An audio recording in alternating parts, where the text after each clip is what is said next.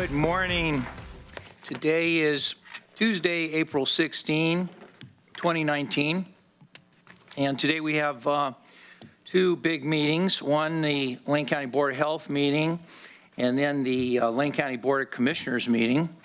And at this time, I'll convene the Board of Health meeting and ask if there are any other adjustments to the agenda. I know we have at least one item and a photograph under employee recognition.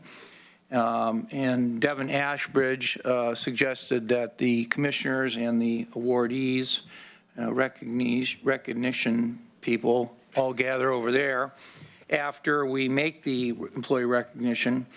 I don't see any emergency business. Are there any other adjustments to the agenda of the Board of Health meeting? Okay, seeing none, we will now move to public comment. Is there anyone that is present? I'm looking back to Ms. Ashbridge. There is no one signed up for public comment. Is there anyone present who wishes to give public comment who has not signed up for public comment? Okay, seeing none, we'll go to any commissioners' remonstrances or comments by commissioners. Okay. And we are now ready to get to item 5A, which is Order 19-04-16-01 in the matter of announcing and issuing the annual Excellence in Public Health Awards. Coming up to the table is Ms. Karen Gaffney, the director of our Lane County Health and Human Services Department. And joining her is Cindy Morgan, our nurse supervisor in our communicable disease section of public health. Welcome. Well, please proceed. Thank you, Chair Sorensen and commissioners. It's truly a pleasure to be back for our annual recognition of our public health community. As a Board of Health, began issuing these awards several years ago as an opportunity to acknowledge that when we think about the health of the community and public health, it isn't just about what happens in governmental public health here at Lane County. It's really a lot about the work that we do in connection with the larger community, and that our efforts to improve health in the community are only possible by the work that we do in partnership with individuals and organizations. So it's with that spirit that our public health staff each year goes through a process of gathering nominations and then selecting award nominees for you to review at your public health board meeting or your Board of Health meeting, and then issue awards. So we're thrilled to have our award recipients with us today in the audience, and we thought Cindy could tell you a little bit about the particular award nominees and recipients, and then have an opportunity for you to add anything, and then, as Chair Sorensen mentioned, do some photos to recognize this event. So that's our plan. Cindy. Would it be possible, Ms. Gaffney, that as you read the award winners, that they could come up to the microphone if they wanted to say something, or if the commissioners wanted to say something? Would that work? Absolutely. So we get to see them too? Yes, Chair Sorensen, however you would like to do that, we are fine. There are two of the recipients who aren't able to be here in person with us today, but I believe we have proxies for them. We also, I just want to recognize a number of our staff from public health are also here to recognize their community colleagues, so that's an exciting opportunity for us. Good morning. So I would like to start with the Organizational Award for Public Health. This year, the recipients are a group of Lane County school nurses. During what turned out to be the Lane County community-wide pertussis outbreak in 2018, the communicable disease team worked closely with multiple school nurses to identify and track pertussis cases in individual schools. These nurses worked in partnership with the communicable disease team with the shared goal of limiting the spread of infection among students and vulnerable community members. The school nurses were often in the unfortunate role of having to implement the public health actions, some of which were unpopular. Through it all, they were responsive, collaborative, and even cheerful. The small size of the public health team requires that we rely on community partners who understand the importance of disease surveillance and prevention. The school nurses definitely got it and thus richly deserve this award. And just to follow up a bit, this community-wide outbreak started in February of 2018 and lasted until October. So this was a very large outbreak. It involved 185 confirmed cases of pertussis, 42 presumptive cases, and 47 suspect cases, all of which those cases need to be investigated by the communicable disease team. More than 40 Lane County schools had at least one confirmed or presumptive case, and 8 of those schools had a confirmed outbreak with students excluded for being exposed and under-vaccinated. So this communicable disease team certainly relied upon this group of school nurses to be our eyes and ears in that student population. And as the nomination said, the school nurses were always on the front line. They were having conversations with parents and with school officials. They alerted my staff to when ill students were showing up and perhaps needed to be tested. They alerted us when students who were still on antibiotics were attempting to come back to school while still being contagious. And all the while, they were serving the other students in their school buildings. And keep in mind, some of these school nurses don't have just a single school, but travel to multiple schools to be the school nurses they serve. So I just want to say thank you to the school nurses. We could not have finished our work without their unwavering support and hard work last year. And the administration of their schools and their students should be very proud of them. Would you like us, Chair Sorensen, to read their names now and have them come up? Yeah, that'd be great. Okay. So Tanya Martin, who was an RN from Springfield School District. Christy Winner, who was a 4J school district at Sheldon High School. Catherine Erickson, who is a 4J school district at Sheldon. And Deborah Johnson, who was a 4J school district nurse at North Eugene.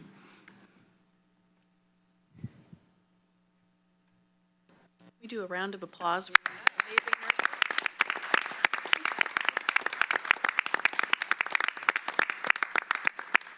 One of the nurses that could not be here today is Nicole Fry, and so I'm hoping that Maxine will be able to accept her award for her Maxine's taking a picture after she photographs the group.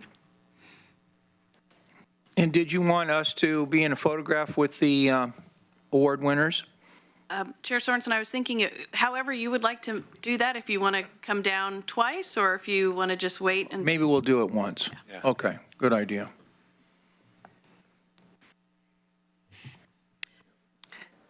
And do you, oh, go ahead, finish your photos. Yeah, don't mind us. Age of the cell phone. And do you, award winners, do any of you or all of you want to come up to the microphone and say something about your work and the importance of it, or how you'd like to get out of here as soon as possible, or? You got work to do? Yeah, no kidding. That mic around it. There you go. Got it? I just want to say that we didn't do this alone, definitely, and that the communicable disease nurses that nominated us did a wonderful job and were so super helpful in helping us coordinate all of the efforts during the pertussis outbreak. So, thank you. So stand by and we'll be down soon to take a photo with you. May I? Yeah, go for it. I would like to share, if you don't mind, that I know there's an inverse relationship between doing the work and wanting to talk about it, so I respect you all very much. When I first moved here 28 years ago, Margaret Nichols was superintendent of Eugene School District, Paul Plath in Springfield, and the measure that was starting to eliminate nurses and social workers from every school was starting to become implemented.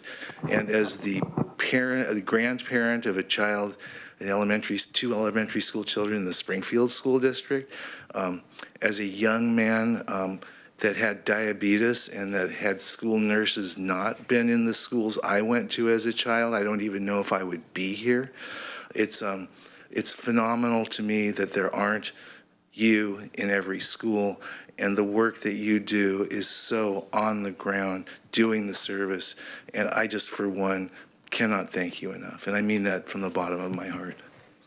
Thank you. Thank you. Okay? All right, and just as a side note, if you would wish to read the summary of this outbreak, it can be found on the Lane County Public Health main webpage. So, the second award we have today is an individual award, and this award is going to Megan Quinlan. Megan was an RN to BSN, so she was an RN and getting her bachelor's degree in nursing, student intern at the Public Health Department, while also working in her current position at the Lane County Jail. After completing her RN and armed with this increased knowledge of public health, Megan became a critical link to care for her patients in the jail. She notified public health when there was a suspicious tuberculosis case in her facility. She then did the treatment and the monthly visits for the communicable disease team for the 10 months the resident was there. She's increased STI testing at the jail. She works with the CD nurses to be certain that inmates who have been tested elsewhere are treated. She works closely with the disease investigation specialists to help locate patients who need testing and treatment. The jail's medical staff has also worked with, I'm going to skip that. A few things about Megan. Megan learned the value of public health while a student at the health department and really carried that knowledge to the jail. Having a community partner in the Lane County Jail has been a significant asset to the Lane County Public Health Communicable Disease team. We often share the same patients, and working together has improved our ability to quickly connect with individuals. And considering the size of the Lane County Jail staff, having a designated point of contact has increased our collaboration while reducing the time investment. So I would like to say thank you to Megan. I appreciate her dedication to public health.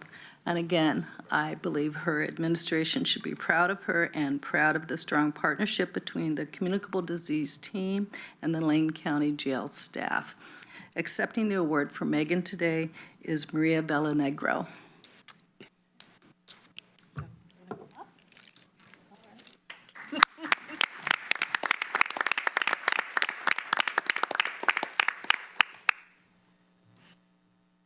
So Megan can't be here today, but she does want to tell you thank you very much for everything, and thank your staff for making this possible. It's been a great, we've had great conversations on where we can take this further and how we can make just the collaboration between us and increase the testing. And there's times Megan is running out the door as the person's getting released to make sure that we treat them before they leave our facility. So thank you very much.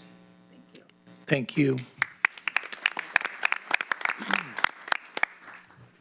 So would you like to do the photograph now, or is there more you'd like to present? That is our presentation. Commissioners, thank you very much for taking the time today to acknowledge the work that happens in this community every day to support the health of people who live here. Great. So I think what we'll do is we'll take a brief recess and we'll ask the commissioners to move over where Ms. Ashbridge wants us to go and ask the award winners and/or their representative to come up, and we'll do a photo. So we'll be in recess for, what would you say, 5 minutes or less? Okay, 5 minutes when you put up the figure 2. So we'll be in recess for 5 minutes while we do that.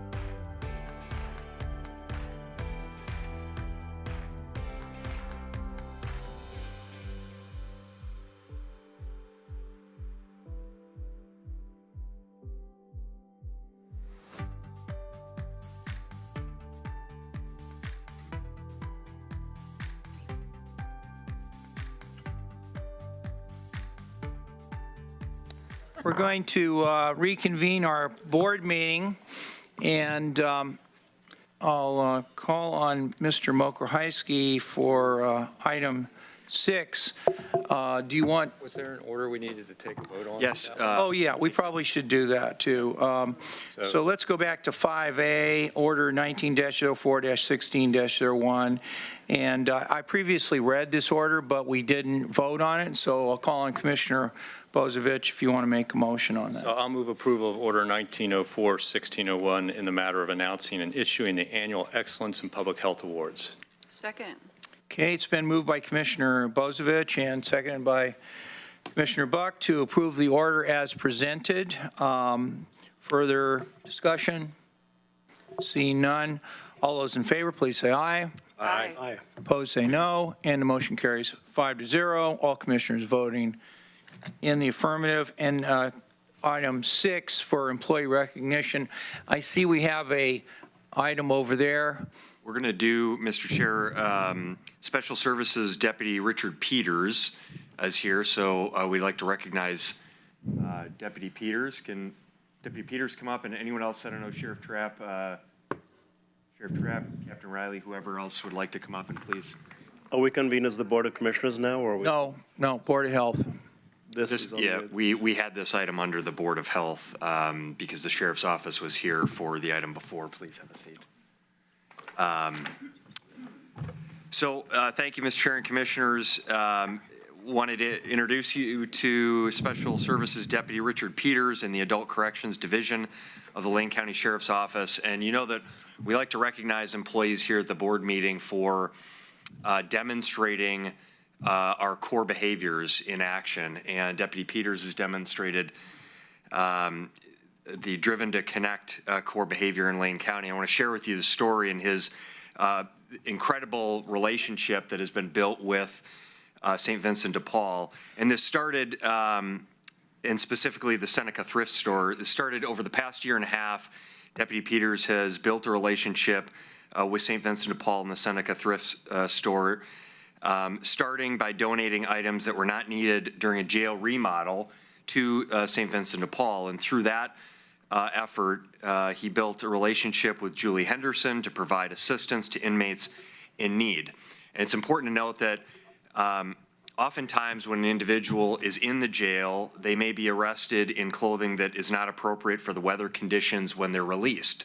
A specific example would be an individual, we've had individuals that would get booked into the jail in nothing more than a swimsuit in July and not get released until January.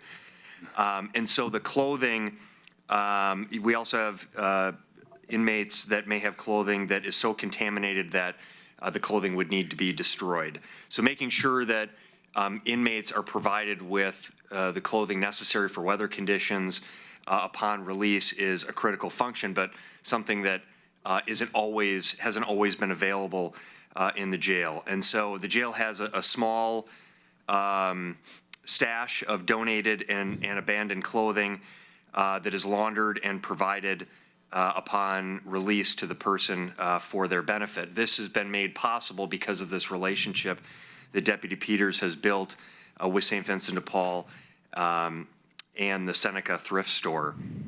I want to read to you what Deputy Peters wrote to St. Vincent de Paul recognizing this great partnership. He said, "Thank you for all that you do.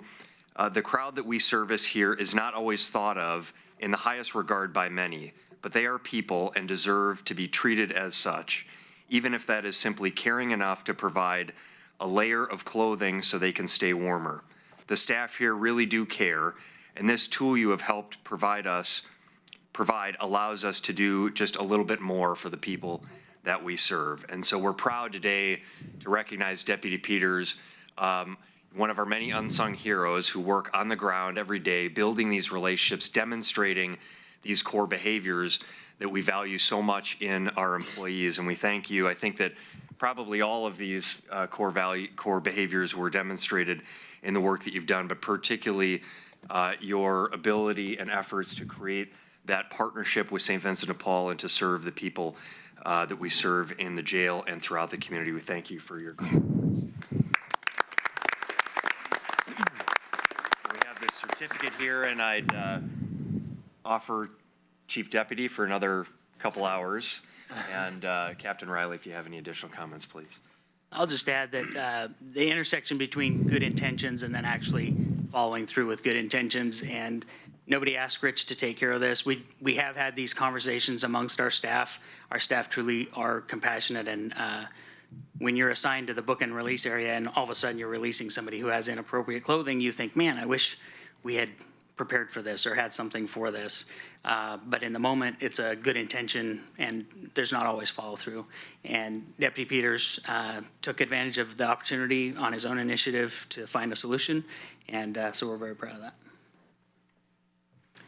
I would also like to say I'm very proud of Rich. That letter that he wrote, that demonstrates how he does his job every day.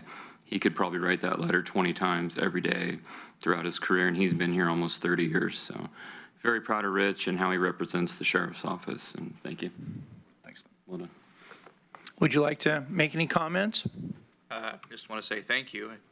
This was kind of a surprise for me because I just kind of thought this is what we all did. And, it's nice to be recognized for doing a little bit extra. I don't do it alone by any stretch of the imagination. And just appreciate the support I have and that the community shows for everybody in our facility. Thank you so much. And I was wondering if you could wait around for a few minutes because might do some other award here in a minute, and maybe we could get your picture with the board as well. Sure. Okay. Any comments from commissioners? Yeah, go for it. I just really want to thank you for developing the partnerships that you have. I mean, it seems to some people it comes naturally, and for others, maybe not as much. That innate idea of being able to make a partnership that goes beyond your job description, but makes a huge impact on the community, is extremely valuable as somebody who works with Lane County and the Sheriff's Department. So thank you for doing so. Hey, Pat? Deputy Peters, there's something that you said that really stood out to me, and it followed on the heels of something that Chief Deputy Harrell said. Chief Deputy said, nobody asked Rich to take care of this, but you took care of it. And then you responded with, I don't do it alone. I don't do it alone by any stretch of the imagination. To me, that symbolizes the teamwork and the family-like teamwork that I see in your unit. And I see that on a continuing basis. You're stepping forward, taking the award today, but you're really taking it for everybody. So congratulations, way to go. Clean clothes are an amazing part of personal dignity. And what you're doing is restoring dignity to people who otherwise have had a pretty serious blow. So thank you very much. Not from me, you didn't do it for me, but thank you for the many people that you do take care of. Thank you. Thank you. And a lot of this really was driven from a lot of the staff that work bookend. We've always had a few things kind of donated back there, but we've always run short. And I've had bookend deputies come to me and say, is there something that we can do to try to improve this? That's kind of what started part of this. Thank you. Thank you. Thanks very much, and please stand by. Okay, I'll next note that Mr. Mokrzycki is going over to the table and the podium with another award, and I think maybe at this time we'll call up Sheriff Trapp. Today is his last day on the job after 31 years. He's already watching his clock. I see he's got his casual clothes on, ready to roll into retirement in less than 3 hours. So we wanted to make note of this. And, yesterday we had a nice ceremony, but today it's a little closer to home for us, and the board would like to make a presentation. So go ahead, Steve. Thank you, Mr. Chair, and the sheriff had just a beautiful, I'm glad the fire marshal wasn't here yesterday because we were probably over capacity, but a wonderful ceremony yesterday and a lot of awards presented. We decided that we would hold our award for today because today is the sheriff's last official day, noon today. We want to make sure that he showed up for his last day of work. He's been here 31 years, but we want to make sure today, so we talked to payroll. We make sure they're going to hold his check until noon. So he would be here for this recognition. And really pleased, just on behalf of the board and on behalf of our management team and organization, to share a few comments and a recognition here with you today. Actually, I'm going to show this to the commissioners and to Sheriff Trapp. So this is, we had this made for Sheriff Trapp. This is, as you all know, we have Lane County, and oftentimes challenge coins are used in the military and law enforcement arenas regularly. And I believe the state police provided you with a challenge coin yesterday. We have a Lane County challenge coin, and on it, it has our logo and our 3 strategic priorities of safe, healthy county, vibrant communities, and infrastructure. On the other side, it has covered bridge and our motto, Lane County Proud. And then recently, as we developed our 3 core behaviors, we just recognized Deputy Peters for one of those, driven to connect, focused on solutions, and passion to serve. We developed challenge coins for those as well to recognize employees throughout departments. So departments provide these coins to employees that demonstrate these behaviors as a recognition. So we put this together for Sheriff Trapp for his 31 years of outstanding service and recognition, that for 31 years he's been demonstrating these core behaviors. We identified these in the last year because we saw it in our employees, but truth be told, the sheriff and many others have been demonstrating these for many years, so I'm going to give that to you. And I want to share with you just a few of the ways, 31 years of service to this organization and to this community, and the sheriff has seen a lot in the sheriff's office over that period of time. Significant funding to significant decline in funding, and he's throughout all of that exhibited a passion to serve this community, and it's shown in every step of the way that he has stepped up to the call to duty to serve the community.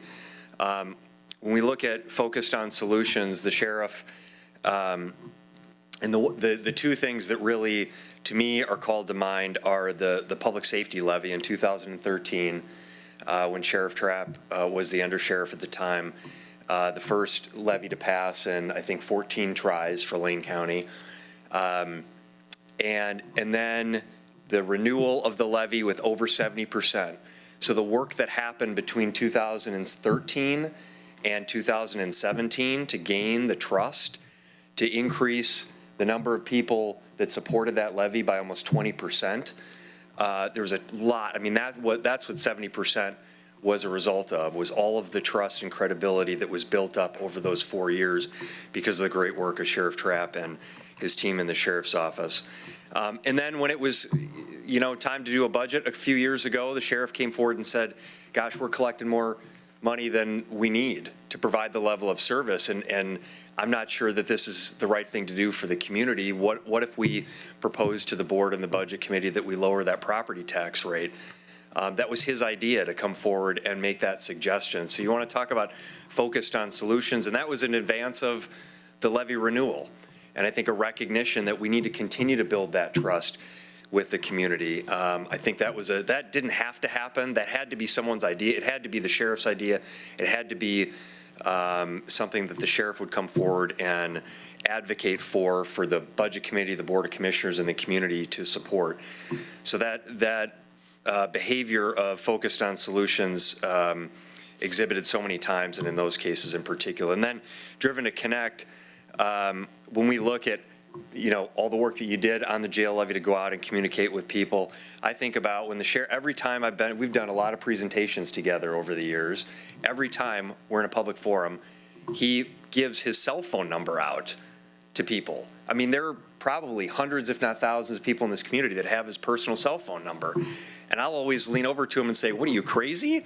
Why would you give people your personal cell phone number? You're gonna get calls, but it will take a phone call any hour of the day or day of the week because he recognizes that's part of the job. That's the call to duty to serve the community, and just the way that he's carried his role here. And then just, a few comments about the sheriff's, the way that the type of person that he is, in my experience, someone who has a calm demeanor, always a smile. I mean, I don't think I've ever seen this sheriff get rattled by anything. Always a smile, a calm demeanor, focused on moving the organization. There's been a number of retirements in the sheriff's office or in leadership over the last several years. And as someone retires, you go, gosh, wow, that's a huge loss. How are they going to fill that position? And you see these incredible, talented people step up into these roles as sergeants, as captains, as deputy chiefs. And I would say, just in closing on this, that my view, it's often been said that the test of a true leader is not only how well their operation does while they're there, but how well it does after they leave. And by that measure, I think your legacy as a leader for this sheriff's office and this community is solidified, because I can't imagine a sheriff's office that would be in better shape given the lack of resources it has, but the abundance of talent in the department is incredible, and I think a testament to your leadership. So thank you, Sheriff Trapp, for your great leadership for 31 years. Thank you very much. And if you'd like to make some remarks before we join you in a photograph on this occasion, it'd be great. And thank you so much for your service. Thank you. This is tremendous. Thank you very much. I'm not a big fan of public speaking, which is weird that I find myself as a sheriff. But with the emotions this week, I'm going to keep my comments very brief so I can get through them. I did that last night as well. I think the award that preceded me with Deputy Peters is indicative of the staff of our office. I haven't created that. I've grown up in that culture. I think we've strengthened it as a management team over the years. But it's an organization to be proud of, and I couldn't be more proud of the team that we have today. And I couldn't walk away at a better time with more confidence and comfort in the future of our sheriff's office, your sheriff's office. And just knowing that the good work you see this morning that's exhibited today by the example with Rich Peters is what happens with our staff every day. And it's been a tremendous opportunity, and 31 years went by pretty quick. Commissioner Sorensen mentioned a little bit yesterday, I fell into the office of sheriff at a time that was just perfect. The relationships at the county level, we have a county management team that is cohesive, works very well together. We occasionally have differences of opinion or philosophy, but we work through those very well and work together very well. County management as a whole is a very well-functioning group of men and women. And the relationship with the board, I couldn't ask for a more supportive, appreciative relationship that we've had together. The district attorney's office and sheriff's offices around the state aren't always in harmony, and I've enjoyed that. So really, I couldn't have asked for a better time as sheriff and what it's afforded me and to cap off my career. So thank you very much. Thank you. And we have some comments by commissioners before we take our photograph. So, Sheriff Trapp, I think the first time I spoke with you was shortly after I took office and realized as a rural commissioner I was going to get all sorts of strange constituent calls, and it was about wild cows. We still get those same calls from that same And in fact, street. this morning, I had another email from Ms. Gaines about wild cows, and that's when I found out that Oregon has a branding authority and a few other things. I think you were either Lieutenant or Captain Trapp in the Police Services Division at that time and informed me of all those issues. But so it's been a long working relationship between two of us, and I just have to express my deep appreciation for the work you've done, the leadership qualities you fostered in your team that you're leaving behind is really a great testament to what you've carried out in developing that leadership. And just, Deputy Peters and the folks in the jail, we just finished touring the jail, and that's probably about my 10th or 11th tour of the jail.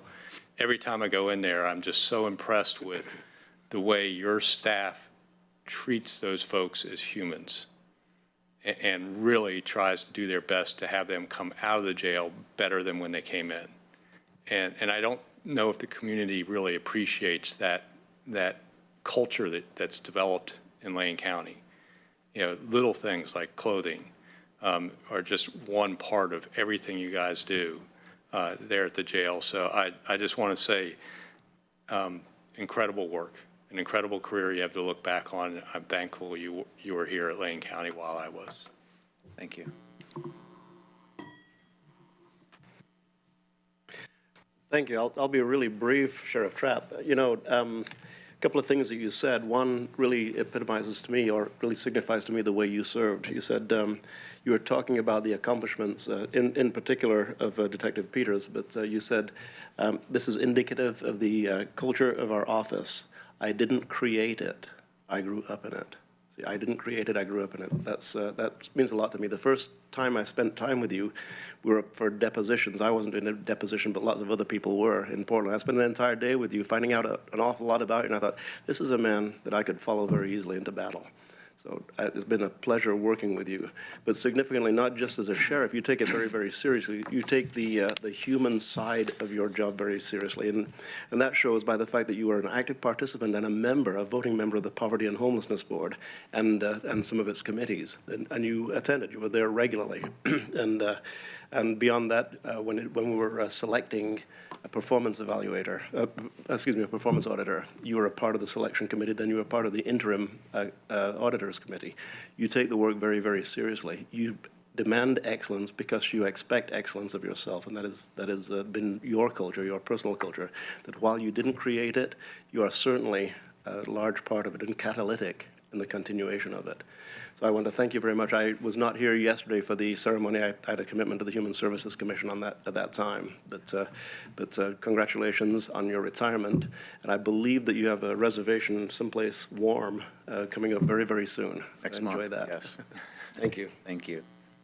Any other comments from our commissioners? Well, go ahead. You know, I haven't spent much time with you because it's only been a few months. But I have heard of all the good work that you've done, and congratulate you and thank you for your service, and know that you're going to have a great retirement, I'm sure. Thank you. Yeah.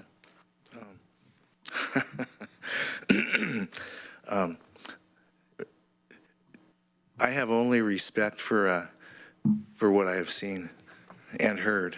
The respect your men and women have for you, the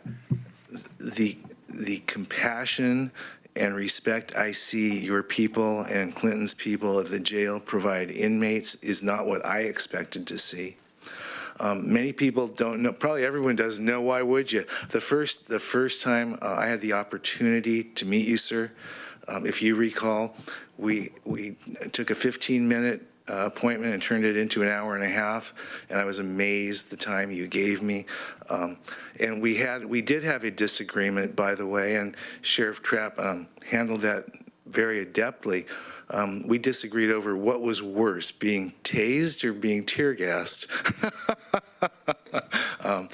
I had a son who was recently tased as part of his training for the Springfield Police Department, and the idiot son of mine sent me a picture of it, which was difficult to deal with, and Sheriff Trapp explained to me why being tear gassed actually related more to what functions you then have to perform to maintain law and order, despite that having occurred to you. Not that people want to hear this, but Byron, if I may, it's an honor to know you, and I expect to continue the relationship, and I've been nothing but awed with the respect and your ability to communicate to all groups of people regarding all issues at the time as needed. Thank you. One other thing, I don't know if you remember this, it was about 25 years ago, and you remember in the basement, there used to be a red phone. Yes. The sheriff's red phone. Yes. Okay, and for those of you who do not recall the topic of phones, there used to be these devices on people's desks and places. They weren't mobile. They weren't mobile, and so because the deputy sheriffs that worked in the courthouse or in police services or whatever would often be in the cafeteria waiting their next assignment, there were so many deputy sheriffs that the sheriff then put a red phone in the cafeteria.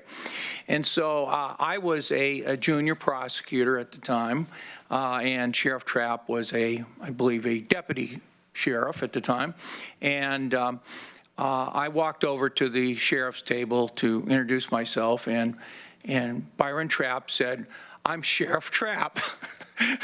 And always with the smile on his face. I didn't know any better who was the sheriff or who wasn't the sheriff.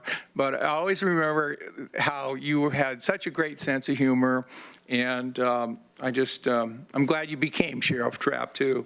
And I just have always been glad that you've come up the ranks and become the sheriff, and so congratulations on your retirement. I think I'd like to get the county administrator and the Board of Commissioners and get a photograph with the plaque and the various coins there, and then after we finish that, we'll have the photograph with Special Services Deputy Richard Peters. Okay? So we'll have a recess for about 5 minutes while we take these photos.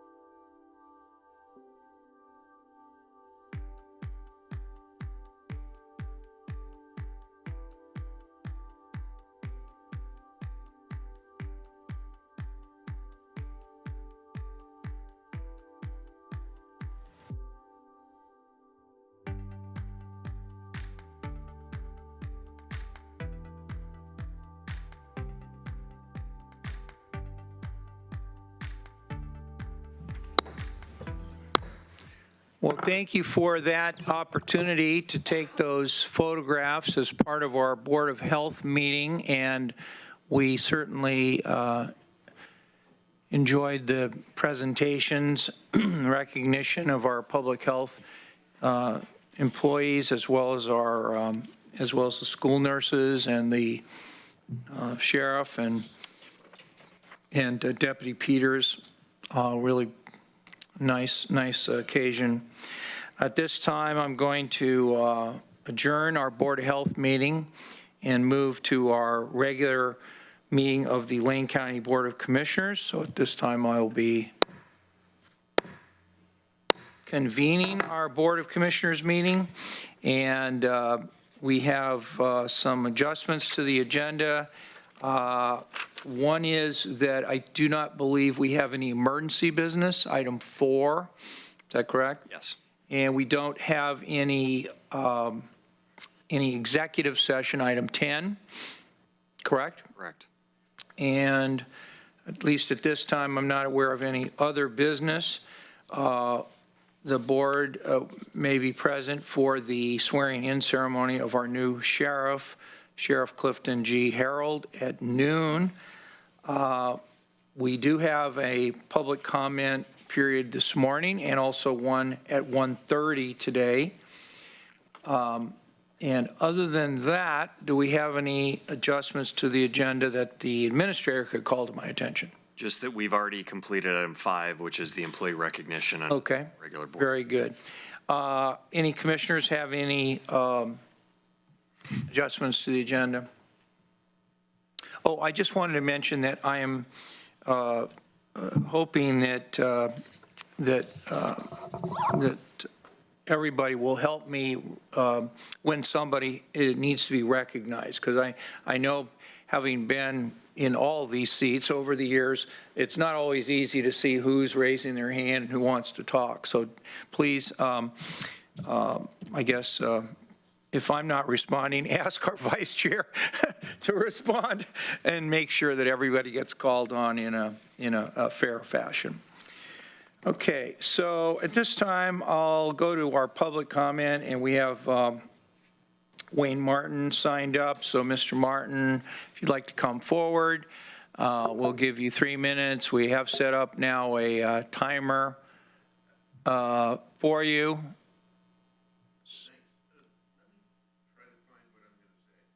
Okay, well, we'll stand at ease, but when you do come up, we'll ask you to introduce yourself, and we'll ask you to take 3 minutes. And let's see. Would the board like to take up the consent calendar while we're waiting? Would that be okay? Yeah. All right, so let's go to item 6, and this is our consent calendar. And that's our items that are listed, considered routine. And if there's a commissioner that wants to take something off the consent calendar, they can do that. And if not, then we'll have a motion to approve the consent calendar. I'll move to approve item 6, our consent calendar. Okay, and Commissioner Buck moved to approve the consent calendar as presented. Is there a second? Second. Okay, moved by Commissioner Buck, seconded by Commissioner Bozevich to approve the consent calendar as presented. All those in favor, please say aye. Aye. All those opposed, please say no. The consent calendar is approved by a vote of 5-0. All commissioners present voting in the affirmative. And next, we'll go back to our public comments. This is a time for the public to make presentations on most topics, not typically not litigation, not real estate, not personnel, but most topics can be presented at public comment. With us today is Wayne Martin. If you could give your name, where you live, and our vice chair will start the timer and give you 3 minutes to make your presentation. Welcome. Thank you. Appreciate the opportunity. I want to commend you as a newly elected and continuing board at what the impressions I have and the way in which you seem very, very open to public comments and to my personal remarks. I appreciate that. What else? I'm Wayne Martin. I live in Pete Sorensen's area. I've written a letter and I wanted to read it to you. I'm not sure exactly who I'm going to send it to yet, but I have some ideas. Please listen. At the end of this week, two major religions each observe what some call High Holy Days. There is the ancient celebration of Passover in which Jewish people worldwide gather for a sacred liturgical meal commemorating their ancestors' deliverance from the bands of slavery. There are the 3 holy days of Easter in which Christian peoples worldwide gather to commemorate the execution and resurrection of Jesus of Nazareth. Each of these seasons is a time to allow the souls of its people to experience a deep remembering and a profound rededication to the triumph of renewed life over the powers of empire and death. As we are approaching this Holy Weekend, it would seem timely for us in Lane County to examine our state of affairs, especially as relating to those in our midst who experience their own unique form of bondage and deprivation. In January, Lane County had nearly 2,000 counted homeless individuals. It has been generally agreed by social scientists, as well as county service data, that the actual number of those who are uncounted may be about 3 times that amount. We have a critically endangered population living on the street, along rivers and creeks, in parklands and in wilderness areas. These are people who are fighting for their lives, not unlike those under the dominance of Egypt and Rome in their own times. And in their own times, each turned to prophetic voices who could lead them to freedom, to living in caring communities and a better life. In December of 2018, a year-long study by a consultancy in Boston called the TAC Report was presented to our leadership bodies. It calls for an expansive staffing and monetary effort on the 10 mandates of the report, the goal being to eliminate homelessness within 3 years. A steering group of 8 was selected and delegated to begin the implementation of the report. It has been about 3 months, and the group has been meeting for several weeks. They are set to release their first response in May. During these same months, ironically, a number of efforts have emerged aimed at curtailing the freedoms of those whom the report is seeking to assist, the homeless. I'm going to skip now over some of the specifics and come to the end.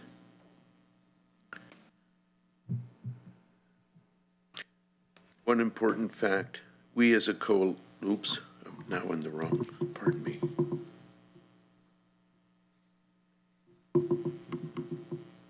How did that happen? I'm so sorry to take up your time.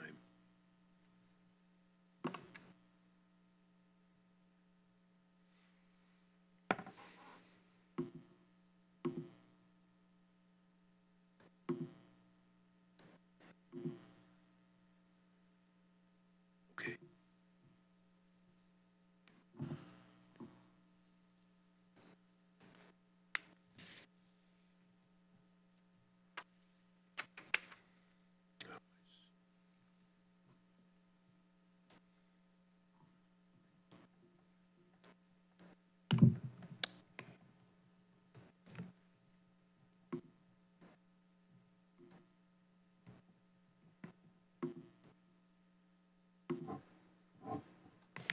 Here we go. I'm so sorry.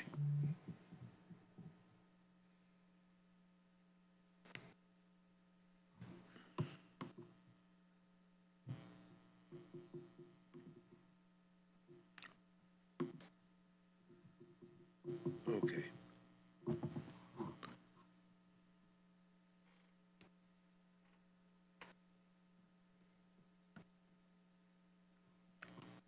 You are very patient.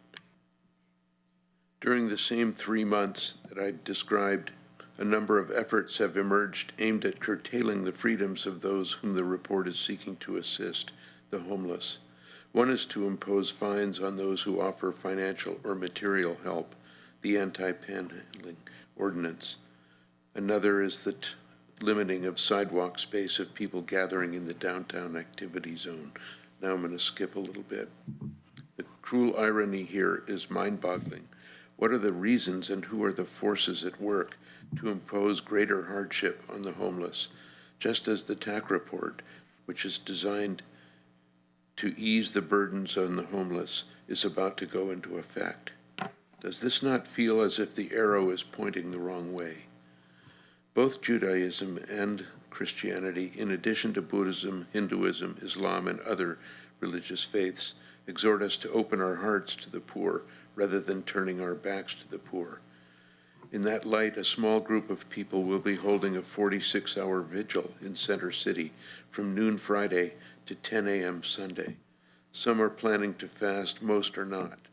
We will participate in activities such as meeting in coffee shops for conversation or silence, having a table at the Free Speech Plaza, strolling the Saturday market, attending various religious services, sharing of food and fellowship at the park blocks and at the First Christian Church on Sunday morning. It is a time to join with unhoused families and individuals to get to know them, their stories and their feelings, and to share ours.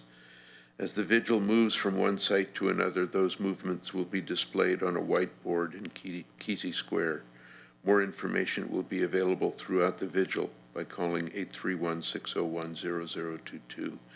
Everyone with those with a faith practice and those without is warmly invited to participate in this vigil, even if for only an hour. Thank you so much for your public comment today. Really appreciate it. I'm sorry about the delay. That's okay. For your patience. Okay, we'll now move to commissioner response or to public comment or other issues and remonstrance. Are there any commissioners who want to be recognized? Commissioner Farr. Sure. Reverend Martin, feel free to address that letter to me, among others. Thank you. Very good. Just a couple of things really quickly. Yesterday was a pretty busy day. We did have the third meeting of the TAC work group, and the work is underway. We have, I believe, 3 more meetings before the report. Mr. Mokrahajski is scheduled to come out the end of April 30th. Yeah. So we'll wait for the details of that. Human Services Commission met yesterday, as well as the Shelter and Supportive Housing Development Committee of the Subcommittee of the Poverty and Homelessness Board, where we discuss the nature of the work of the Poverty and Homelessness Board and the strategic plan of the Poverty and Homelessness Board. Many of the elements that came from the TAC report, the 10 recommendations, a number of those recommendations are already contained inside of the strategic plan of the Poverty and Homelessness Board. So what we discussed was that many of the things we'll be doing will not be breaking new ground, but fortifying things that we already have in place. Some of the recommendations we already are well underway. The last thing I'm going to mention, just really on a really kind of a cool and bright note, last Friday, the Metropolitan Wastewater Management Commission met, and a former visitor, a person who visited the MWMC several years ago, her name is Susanna Kapatova, which is a name that made the news just recently. She'd been here in Lane County for a while and really wanted to see how our wastewater was being handled.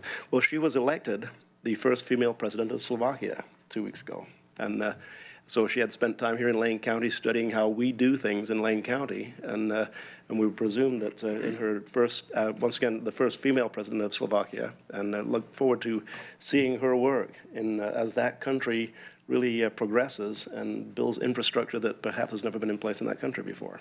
So it was pretty cool to see photos and see her touring the very plant that most of us have all toured. Thank you. Thank you, Mr. Chair. Okay. Any other commissioner want to make any remonstrance today? Okay. I'll just say that yesterday's ceremony in honor of our outgoing sheriff was quite moving. I think that we all recognize that 31 years is a long time to work at any one place, and that alone probably justifies a celebration. But I thought the outpouring from various aspects of the law enforcement world was really great. Especially, I think that we at the Board of Commissioners often think of the world as the county outward, and to have the FBI local office represented was really nice. But also the unique relationship that the really trained law enforcement community in Oregon, and that's represented by the FBI National Academy alumni group. And several people in the audience, I met Springfield officer and Eugene officer, who have been to the FBI Training Academy. It's a 3-month program, highly competitive. Only 14 people from Oregon are typically accepted. And of course, Sheriff Trapp and Chief Deputy Cliff Harold are among those members of law enforcement that go for a multi-month program. It's not just a book learning program, although faculty from the University of Virginia do make presentations, and they do write papers, and they do live in dorms, and they only get a little bit of time off, and it's also got an intense physical component. So officers have to be in roughly their 40s or late 30s to be accepted. And so it's just really great to see not only that group, but that Sheriff Trapp connected with, but also the Oregon State Sheriff's Association, the local Health and Human Services group, and of course, lots of the people he's worked with in local law enforcement. Anyway, it was a nice send-off, I thought. And I want to mention also, in terms of our public comment, that the TAC report is an opportunity for this community to move beyond a cycle of writing reports and then trying to implement something and doing better than was done, and then moving to a greater sense of responsibility. And these religious holidays that are coming up are a great reminder. And also the presentation that was made today to our own deputy sheriff, who went above and beyond to help poor people. And often those poor people end up in jail, not always, but sometimes. And it just shows, that there's a lot of people trying in their various ways to address these problems. So if there are no other commissioner remonstrances, we can go to the remainder of our agenda. What I have is we've done everything from 1 through 6. I don't believe there are any county council announcements. And we have item 8A, our county administration announcements. Mr. Mokriski. Thank you, Mr. Chair. We did link an item to under view material under county administrator announcements. And I'm going to invite Mike Finch, our chief information officer, up here. We had an open board assignment that was made in late 2018, and then we talked about it at the work session that we had in January of this year. The request from the board was to provide an update. The request was to review the current contractual relationship with the Lane Council of Governments, what membership dues are used for, and what controls are in place. And so you have a memo that's linked there from Technology Services was tasked with completing this, and we thought we'd just like to provide a brief update and answer any questions here for the board, and not intend to be a lengthy item, but we just want to make sure that we're responding to that board request that was made. So you have that in front of you. I'll offer Mike if he has any additional comments that he'd like to make. Otherwise, if there are questions or comments from commissioners. So, Mike, would you like to make any comments? about what you did. What did you do? Well, actually, I would just like to say I worked with Lane County Finance, the Budget Office, contract staff, and Lane Council of Government staff in a collaborative effort to put together materials to be able to present information about the great work that's going on between our organizations. Commissioner Bozevich? Thank you. So I've got two questions. First is just, can you give us a brief update on the telecommunications transfer of our phone system to the new VoIP system, and where we are with that and the transition from LCOG providing that service? Yeah, so we have, in March, we successfully worked with LCOG staff to come to agreement on the list of phone numbers that we're using in our system. That was an essential key component to being able to move forward our implementation, because that's what we're actually programming the system with, all of the numbers. Then we have to link those to E911 to our closet. So the big lift work was waiting on making sure we get that foundation in place. So I'm pleased to report we've worked with LCOG staff to get that list together, and we continue to work on any remaining small issues that come up. Good. So I guess the other question I have is, we're paying about $131,000 for the regional land information database. Yes. And in order for a non-government entity to access that, you have to pay to access that. Is there any effort to work at making that a free service? You can get the same information in almost every county in this state for free. And in fact, in much higher and better format. Benton County has an awesome, basically shapefile, share publicly information for researching deeds and everything else, and even getting wetlands information and contour maps of land in Benton County. That's all free to the public. It's all public information. It rankles me that we are charging the public for something that is public information. Is there any effort to make that a free system, or work with LCOG to make that a free system?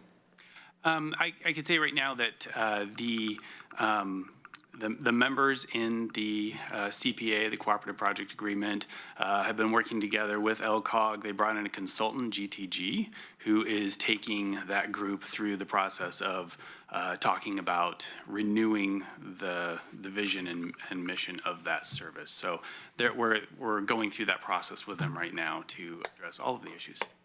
Yeah, I think the search formatting and that hasn't changed in the 20 years I've been utilizing it. Yeah.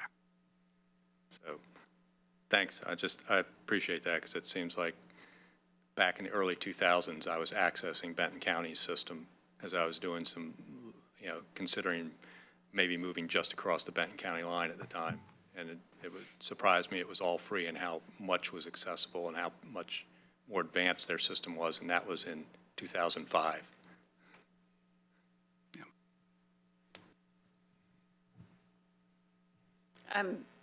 I'll just say, I'm the current member of this board on the LCOG committee, and I'm happy to discuss any issues like that come up with them and see where the discussion may take us.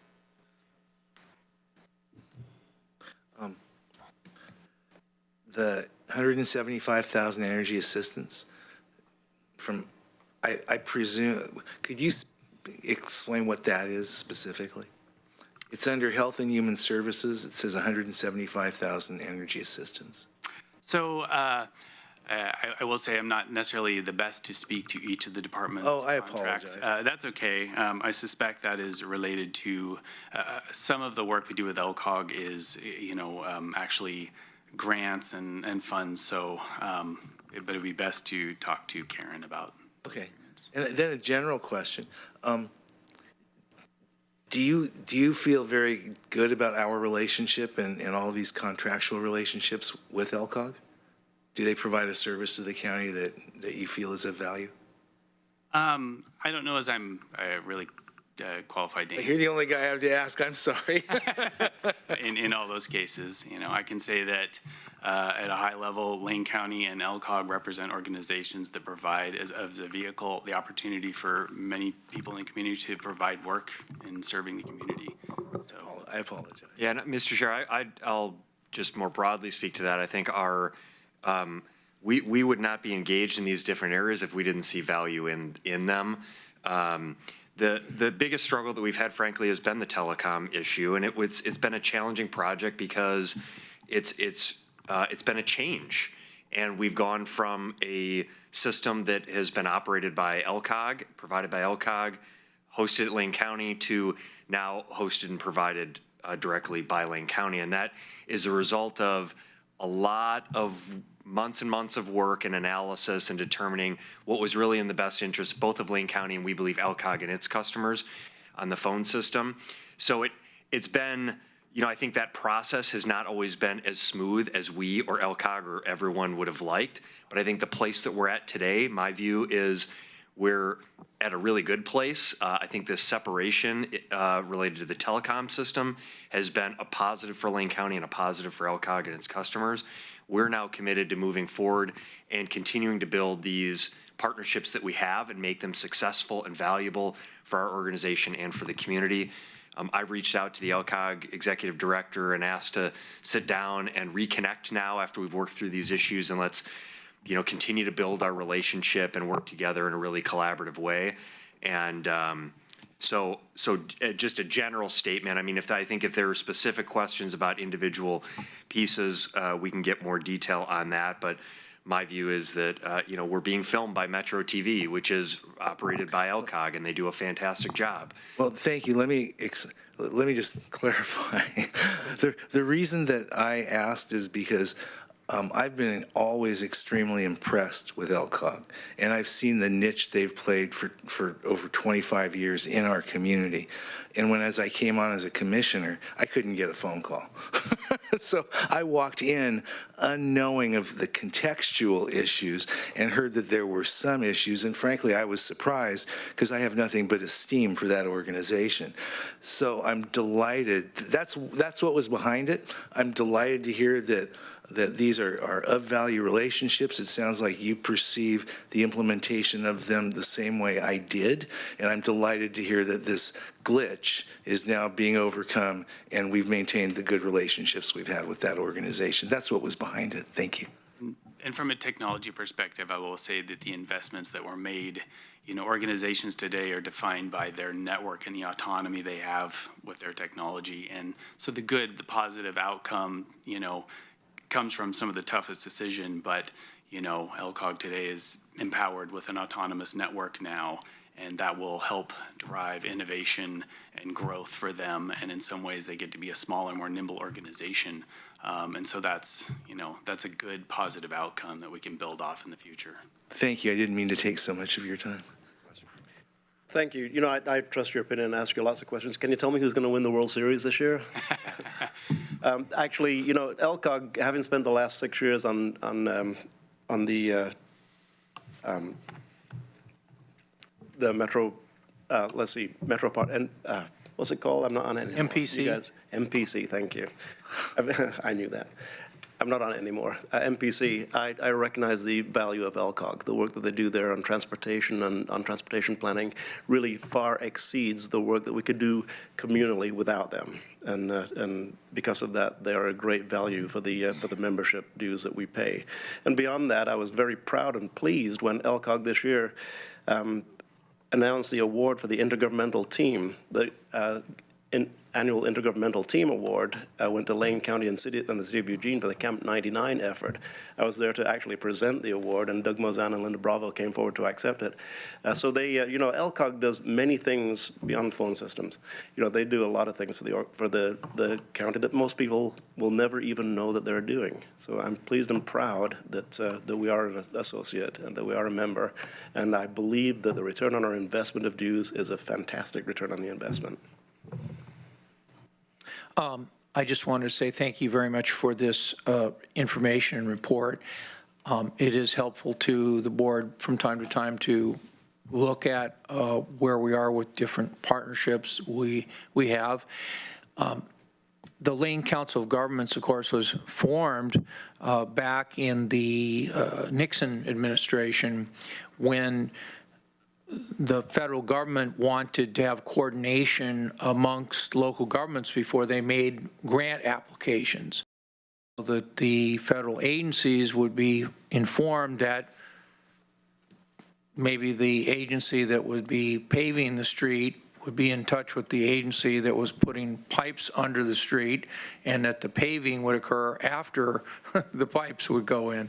And it seems like a simple idea that we would want governments to coordinate, but it really took this so-called A95 review process to bring that about. So another factor was that technology in those days was really the big box computer, and not everyone could afford a computer. And the computers that we all carry around in our cell phones were bigger than the computers that LCOG had in the old days, say 30 years ago. And so there was a reason technologically to have a centralized system. But as technology has changed, it's made it possible for individuals and certainly smaller governments to have their own technology. And so I just think this is a matter of on each individual issue of whether or not it makes sense to have increased coordination, increased partnerships, or just knowledge that each entity is going its own way. In the transportation arena, as Commissioner Farr pointed out, it's great that we have LCOG as the main staff people for the intergovernmental communication between and coordination between Lane Transit District, Oregon Department of Transportation, City of Eugene, City of Springfield, City of Coburg in this instance, and Lane County to coordinate and be more knowledgeable about the transportation needs and the allocation of scarce transportation dollars. It may well be that LCOG is the right vehicle to be talking about police coordination and increasing the opportunity to build on what was done with Eugene and Springfield with their fire service, where they essentially integrated by intergovernmental agreement how fire service would be done, and as far as I know, how there could be increased service without increased cost.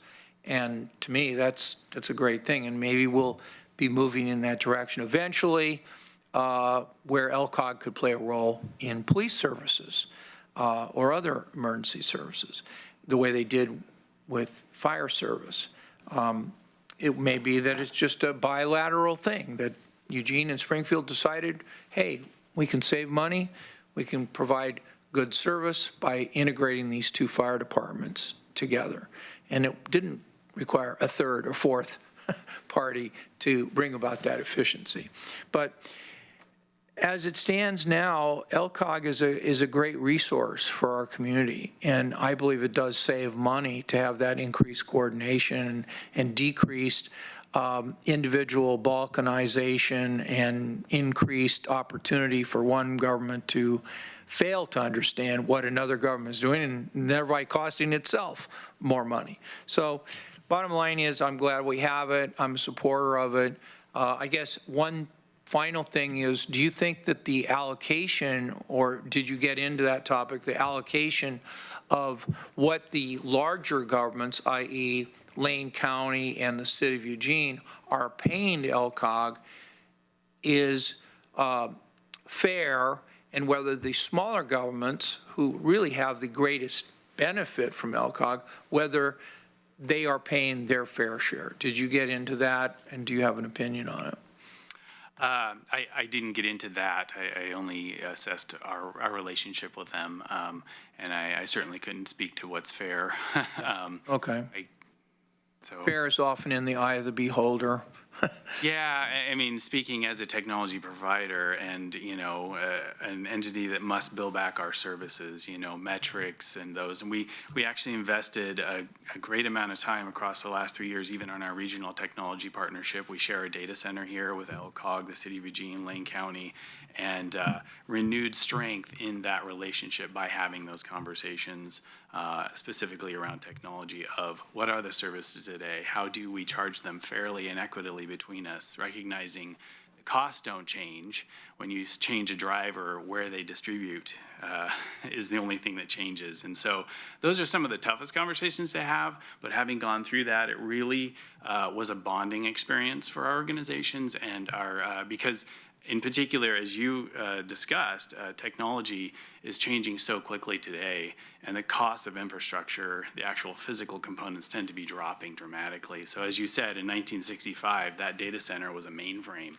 That was a massive investment that everybody shared, and that's how you survived. Today, telephones, data centers, networks, they're all becoming what we call virtualized. We just got a new piece of infrastructure and that's replacing our old, what we call virtual hosting, and it's essentially a data center in a box. It's software-defined networks, compute, and storage all in a box. And we can continue to share those actually in many ways, but it changes the dynamic of those relationships. Those conversations are really important, and I'm proud that we had those over the last few years. Thanks. So I sort of want to answer Joe's question a little bit because I've been dealing with LCOG for 20-some years. Either as a staff for a public agency or as an elected official, both at LCC and here at the commission. There's some great things that work really well. They've got some fantastic grant writers, and they are already involved in public safety. They staff the Public Safety Coordinating Council. So, there's already, they're part of that system there. And there's some things they do really well and have done really well over the years. As a central repository for data that was generated by governments, the RLID system was fantastic 20 years ago. As people were first getting into GIS and shapefiles and all that stuff, and those systems were large and very expensive. That seemed to work. It's not necessarily the model that works today. As far as the small versus large contributions, the small folks may not pay the dues, but they probably pay a lot more in contract services than we do, comparative to their size.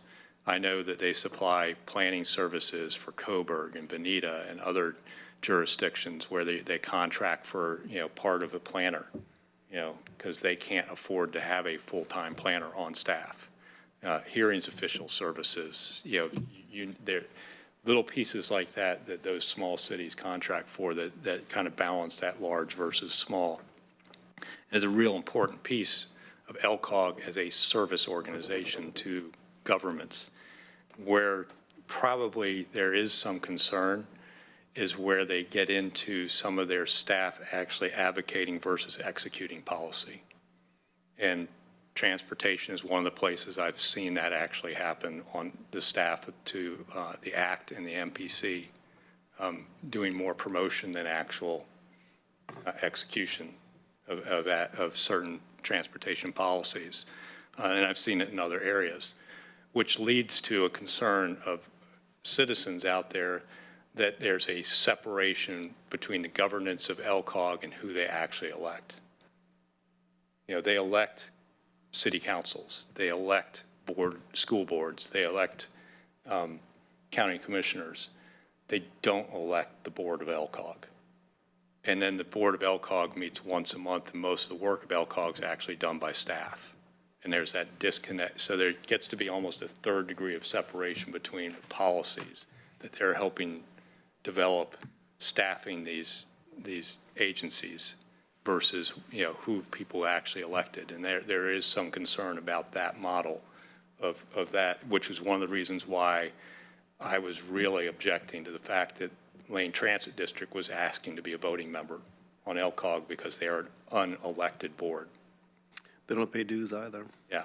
So, as we go on in the future, we have to kind of keep an eye on LCOG. It's a very useful cooperation. There's even been discussion of whether school districts should actually be participating in LCOG because it's a council of governments, not a council of school districts. There is an ESD that's supposed to be that centralized service provider for them. And if you notice, the ESD is a member of LCOG, or at least a participating member. So, there is reason to continue to watch our relationship with LCOG, watch they don't become advocacy versus execution, and just to make sure that we are staying modern. Some of the issues we had over the phone system were basically they were losing a major source of revenue. It's our largest contract with them. You look at the dollar value annually, $318,000, and they weren't going to let it go easily. To the point there's somebody we're doing this much business with was being reluctant to reassign the phone numbers because they technically own those phone numbers that we've been using as the county's phone numbers for years. 30, 40, 50 years. Some of these agencies had the same phone number, and they were kind of holding that over us. We're a member, dues-paying member, and they were going to be reluctant to release those phone numbers to us. And we had to have a little bit of a battle over that. That shocked me.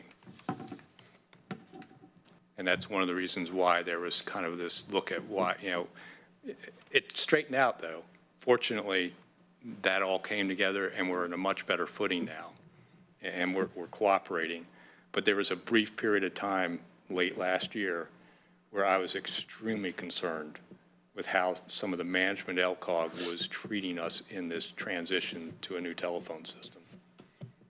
And that's kind of what brought this forward. But it is a relationship like any of the multi-jurisdictional agencies we're in, whether it's the ACT, MPC, Homes for Good, that we end up participating in as county commissioners. We need to manage those relationships and those cooperative agencies. So I appreciate the staff putting this memo together. I appreciate the work they've done to correct some of that relationship over the last 6 months. And I want to appreciate the director over there for working with us and getting that back on track, because there was a moment there where I was really concerned, and Brenda's done a nice job of correcting that and getting things back on track. And I think we're going to end up with a much better phone system, much more reliable and versatile for the county. And I think in the long run, there's a lot of good that we can do with LCOG. We just have to be careful. Okay, well, thank you. I think that concludes that report. And thank you so much, Mike, for all your hard work and good leadership. My pleasure. Thank you. Okay. Just, Mr. Chair, we're good on this one, and then I just, if I can maybe have one more minute. So we had such a great day with awards and recognitions today. I just want to take the opportunity, since it's a lighter board day today, to share with you a little bit more context around all these programs that we're doing. In the past year and a half, really after some labor disputes that we had about a year and a half ago in mid-2017, we really took the opportunity to look inward and work, survey our employees, do climate surveys, and evaluate what did we need to do within the organization to create a culture of support, engagement, and leadership. And so we've developed a number of things, these awards and recognitions, the new strategic plan that identifies our core behaviors, the coins that we're giving out. We do this here at the board. We'll recognize employees that departments want to bring forward. Departments are also recognizing employees throughout their departments. And so those coins are actually things that department heads and managers will do to recognize employees at their all-staff meetings and call out individuals for their great work. So that's been one thing that we've really focused on, is awards and recognitions. And again, appreciate this, more of a newer thing that we've started doing, I'd say, in the last couple years at the board meetings. And it's a great way to recognize employees in this sort of public forum, get them in front of the board, and they appreciate the board's recognition. We get to broadcast this so other employees and the public can see the great work that's happening. I also, and as I've been working on finalizing the budget message for the budget committee, have reflected on some of the other programs that we've developed. The diversity internship. As you know, we've, through our human resources office, developed a paid internship program with the goal of recruiting diverse talent focused on women and people of color coming in and providing opportunities for paid internships within departments where they do project-based work. Oftentimes these are graduate or undergraduate level students, but not exclusively. Nearly 10 of those, and the goal has been through that program to create a pipeline of talent, that we're actually bringing in these individuals that increase the diversity of our organization, but opens up the door, because our recruitment processes can be really difficult for someone who is not in the organization. So they come in, they provide this work, they network, they build a relationship, and doors open up. They understand, they get training and understanding about how to navigate the job application system. So nearly 10 of those individuals have been hired into either permanent positions or other positions within the organization. We're really excited about that. Our Emerging Leaders program, which I think the board is familiar with, we've had 2 cohorts, 21 students, employees who've gone through this 6-week Emerging Leaders program. So 42 graduates of our Emerging Leaders program. The goal, and we're going to continue that project. The goal of that has been to provide a training for employees who are not yet supervisors, but interested in growing in the organization, making Lane County a career employer, but they want more. They're hungry for more. It's just been an incredibly successful program beyond what we had dreamed up when we created it. One thing that, as we look back, and I asked for a report on this, 38% of the individuals who've graduated from that program have been promoted, are in career development, or have had position movements in the past year. 38%. Of those 38%, 81% of them are women. So it's, again, just a great thing. And then we're tapping that group of folks as a brain trust, if you will, that we go to them and say, hey, we have this problem we're trying to solve. Can you help us? Give us some ideas. Hey, we need some people to serve on different committees.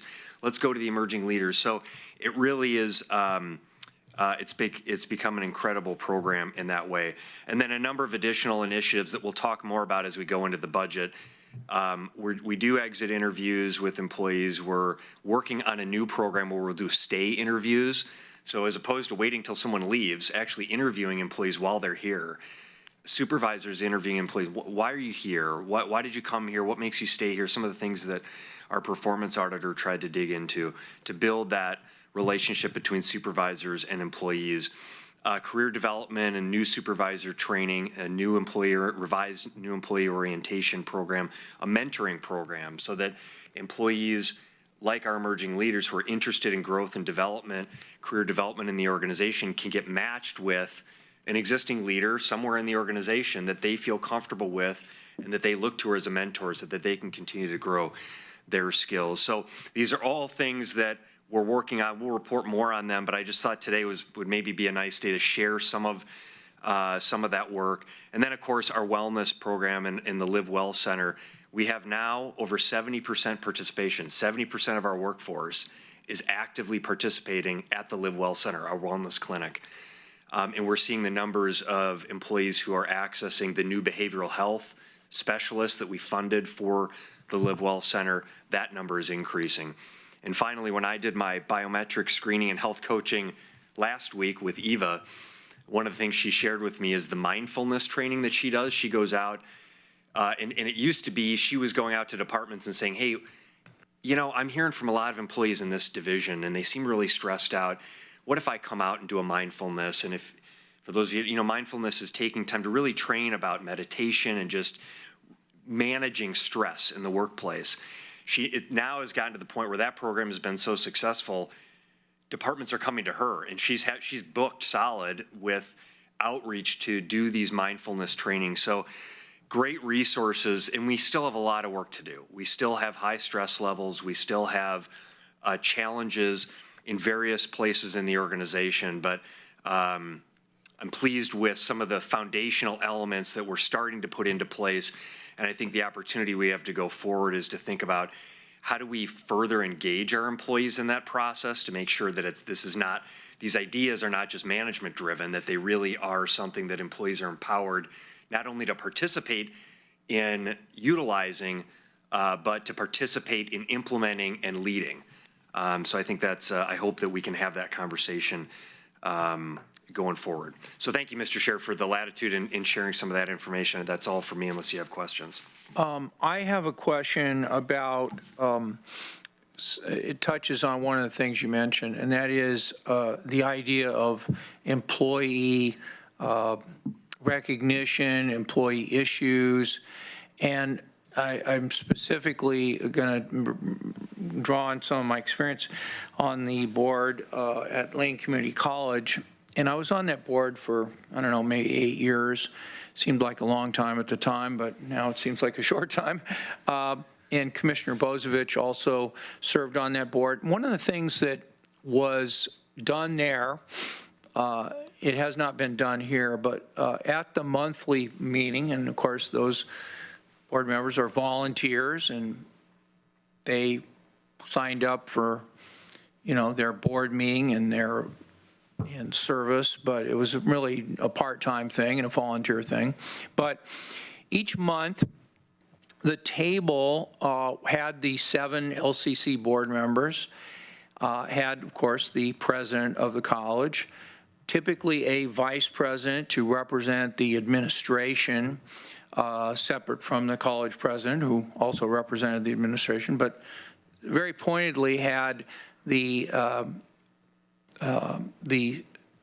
president of the student group, the president of the classified union, and the president of the faculty union. And each meeting had all these people around the table, and periodically the student member, I shouldn't say member, the student delegate and the faculty union or the classified union, people would comment on things that the board was going to be voting on. And literally, they were all around the same table. And so when the board was approached by AFSCME to have a presentation on their research about employee attitudes, I'm not really sure what it is because I'm waiting for the presentation, but there seems to be some holdup in getting them to the table and making their presentation. Now, I know that we cannot engage in collective bargaining agreements, and we can't go outside of the process that's set up, but at the LCC, they often will have the union leadership present, and that gives all the employees that are members of those, in effect, 3 groups. The vice president represents the people that aren't eligible to be in unions because of the nature of their job, or the faculty and administration or classified people. They have to be in certain bargaining units depending on their job. Just in big round numbers, the teachers have to be in the faculty union, and the people that do the work in the finance office with the computers, they have to be in the classified union. And as I understand it, the police at LCC have to be in the classified union. The point is that everybody's got somebody at the table, whether it's the taxpayers through the board members, the students through the student leader, the faculty, the staff, and the exempt faculty. They'll have somebody at the table, so if they ever want to ask a question or they want a question asked, they can always go to the person that they feel comfortable with. And we don't have that system. And so it seems to me that one thing we could do to work toward that system, not that it would be that way here, but we could at least break down some of the barriers by allowing this presentation that AFSCME wants to make. And when they first asked me, I said, well, I'm going to bring it up to the board, whether the board wants to do it or not. But my sense is that the board does want to do it, but there are impediments to it, and one of which is that we don't want to get into bargaining. Well, how about we have an agreement with the union and with the county that we're not going to discuss bargaining. We're just going to hear their presentation. That's what we're going to do. So what's the status of this, and what can we do to break down these barriers, and if they they want to tell us something, what's wrong with them telling us in open public and make a presentation? Yeah, no, thank you. It's a good question, and as the board has directed us to say that you'd like to hear from AFSCME, but you also asked that the information be, whatever information was going to be presented, if it's readily available, be provided in advance so it can be reviewed by county council to ensure that it wouldn't violate any PECPA laws, and as well as comply with the state open meeting laws, which requires that if there's information and our internal policies and procedures. So we require that if there's information that's readily available, we make that available to the public at the same time that the board has access to it. So my understanding is the county council has been communicating with the bargaining unit representatives to get that information, and I don't know that it's been scheduled yet, but I think April 30th, there was a discussion about a potential date for April 30th. That discussion coming forward, and I too am interested in seeing what the information is. And we've really worked to create as much of a collaborative effort as we can. So important for the board to know, when I started in 2014, there were not regular meetings between the administration and the unions. I thought it was really important with then 7, now 8 bargaining units that we meet regularly. That management and the unions meet regularly, not to talk about bargaining, but just to build the relationship. And so since 2014, I and the Human Resources Director have had quarterly meetings with each. Now, there are a couple bargaining units that say, we don't need to meet, we're fine, our relationship's good, we're not interested, and we leave that up to them. But with the rest of the bargaining units, we do those quarterly. They've been really effective, and I have to tell you, with all of the unions, I mean, we now have one union we've gone through interest-based bargaining training with and are conducting interest-based bargaining.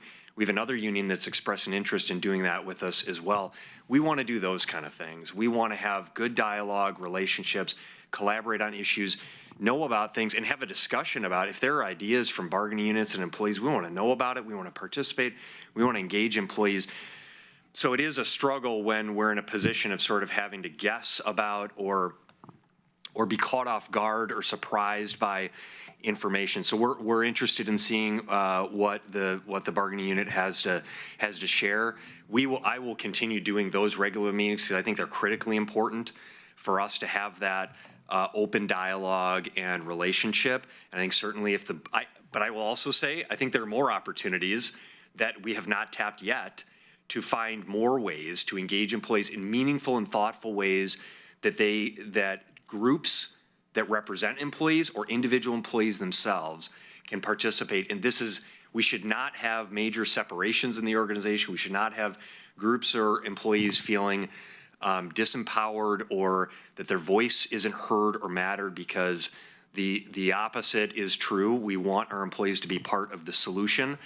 And so I welcome thoughts and ideas I do have some thoughts and ideas about how we can move forward with some of these initiatives I talked about, and create some steering committees that engage those bargaining units and employees in the actual implementation of these things. So empower employees to do this work, as opposed to just have these initiatives be things that are done unto employees, that actually they get a say in how we carry out this work. So I'd love to have that conversation about how can we continue to build the relationships, and then how do we engage and empower employees and union groups in the work. Okay, great. Any other comments or questions before we move on to the next item? Yes? Okay. Yeah. On the one hand, I'm going to piggyback on that, but then I had other. On the one hand, I agree with absolutely everything you said. And on the other hand, on this particular issue, and I don't know the details, nor am I advocating one thing or another, but I also know that it's one thing to say it, and it's another thing to have them really feel like that's the message that they're getting. And from what I can tell, it'll be good whenever we finally get through the filters for them to make the presentation, because my understanding, which is not deep, is that that's their intent too. I mean, that is their intent, is to provide data for us to consider that relates to employee morale. So I'm looking forward to hearing it whenever we can. And I think it's a positive, not a negative. That's without information. Okay, now here's the other things I was going to say. Steve, you mentioned one thing, and to me, it was insightful. And you said you don't want people to feel like all the ideas are management driven. I think it's really, really critical that ideas be worker-driven, that ideas for improvements in services and service delivery, that we have some structured way to receive them, not like we have an idea for them, but like they're closest to the delivery of the product or service, and oftentimes those people have much more insight than any of us could possibly have about program improvements.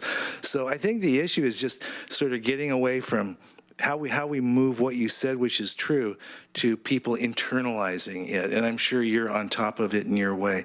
The other thing I wanted to mention as it related to some of the things that you shared is that I really appreciate, it sounds like you're aggressively implementing a program to grow people in the right way internally.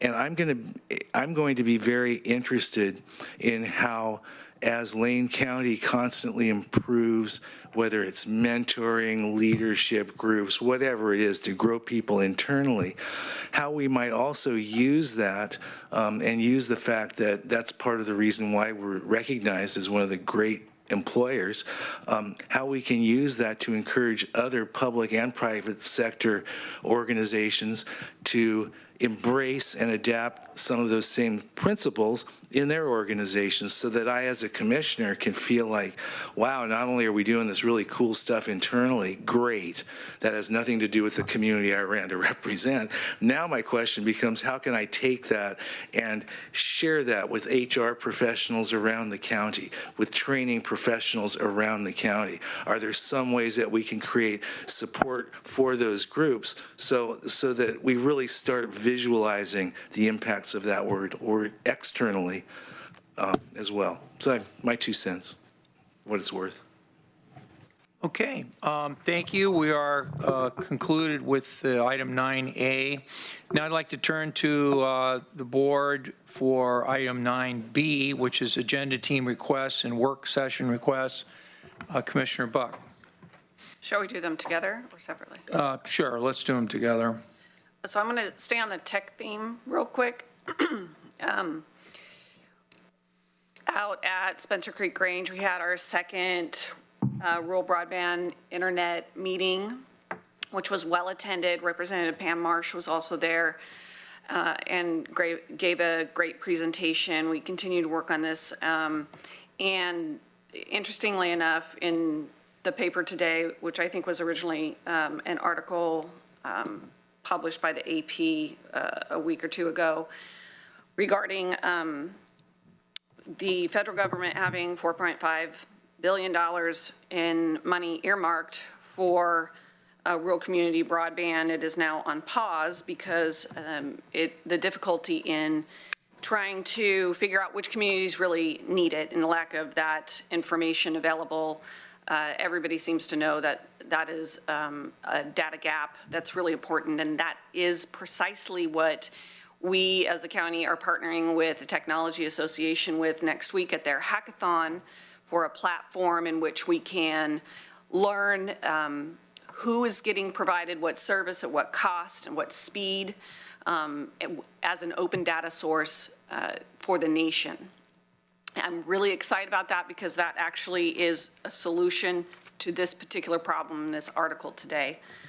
And just trying to get on top of being able to provide equitable access to internet to create communities that can compete in areas in which they cannot now traditionally compete if they live outside a metro area that has good internet access. So I just wanted to share that with everybody and a reminder of the hackathon that's coming up. I know there's other very worthy projects happening at that hackathon as well. And to stay with the tech theme, I had an agenda team request, which is really related to us here at our board meetings. I had inquired about how when we are not able to attend one of our board meetings in person, why we could not, FaceTime in or some kind of electronic version in which we can come to the meeting where it's visible on the screen, it's visible on the recording. We're not in this awkward place where we're trying to listen for a mystical voice in the room to come along and be able to participate in the meeting. Or sometimes 4 mystical voices. Right. Right. Where it provides value if people are coming to public comment, they can visually see us. We can cue in instead of forgetting perhaps somebody's on the phone. Businesses all over the world have been doing this for years. I hear Clackamas and Multnomah County have a version of this, but this will take a little bit of time to investigate for us to see if we can move our technology level up to what many other people in the world are doing and create various levels of value for us as a community. So I'm looking for some other head nods for folks on the board that would be interested in being able to direct staff to look into this and inquire a little bit further. Are there 3 commissioners that would like staff to look into this, and we'll put it on an agenda team request? I'd be one. Yes. Okay, I think there's pretty much unanimous interest in this. I know that I've been on a number of conference calls where this has been really great technology. I know there's probably some legal issues that our legal people would want to look into, and those organizations where I've been involved in that kind of thing, they haven't been burdened by the responsibilities of open meetings law. But I do think that we've got some great partners in Oregon with our other boards of commissioners that are doing more of this. And I really appreciate you bringing this up. And, it's not too late for us to be brought into the 21st century. Right. So Max headroom, right? there you go. So I think that's a good assignment. So let's put that on the list. Are there any other agenda team requests or work session requests from commissioners? Yes, Commissioner Burney? I'd like to request that we do a work session on a Lane County Climate Action Plan.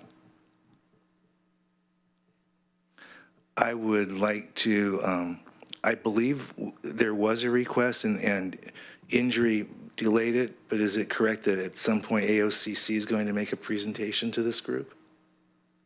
Jay, I'm looking at you because I Can't remember. I think we kind of sort of had. Said that'd be put off until after the election. Okay. I thought both of those were on the assignment list, but to report back, I believe this latter is, and I apologize if the former is. I was reviewing that list. I didn't see it, and I would want this to occur, after June 1st also. So why don't you see? But if it's not on. maybe you want to complete the request, if there are head nods, get that. And then if it's a duplicative request, we'll just take it as one. Let me just take the one, the Lane County Climate Action Plan. Well, Would that be okay if we had a work session on I that? believe the way we've handled it thus far is that it's on the list. It's not. For after June.